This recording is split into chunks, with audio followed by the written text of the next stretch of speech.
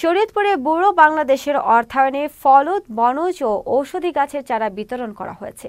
সোমবার দুপুরে শরীয়তপুর সদর উপজেলা নির্বাহী অফিসারের কার্যালয় থেকে গৃহায়ণ প্রকল্পের বাসিন্দা ও বিভিন্ন শিক্ষা প্রতিষ্ঠানে এই বৃক্ষ চারা বিতরণ করা হয়।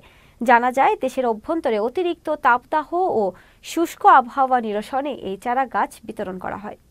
ব্যুরো বাংলাদেশের নিজস্ব অর্থায়নে সারা দেশে 10 লক্ষ বনজ, ফলজ এবং বৃক্ষের চারা বিতরণের উদ্যোগ গ্রহণ করেছে।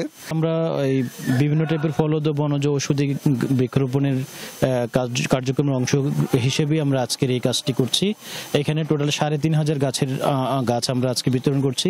আমাদের বিভিন্ন আশ্রয়ন প্রকল্পে যারা দরিদ্র পরিবারগুলো বসবাস করছে তাদের প্রত্যেক পরিবারকে ফলজ এবং বনজ গাছ দিচ্ছি। পাশাপাশি বিভিন্ন শিক্ষা প্রতিষ্ঠান, প্রাইমারি এবং মাধ্যমিক এবং সরকারি বিভিন্ন দপ্তরে আমরা এই গাছগুলো বিতরণ করছি।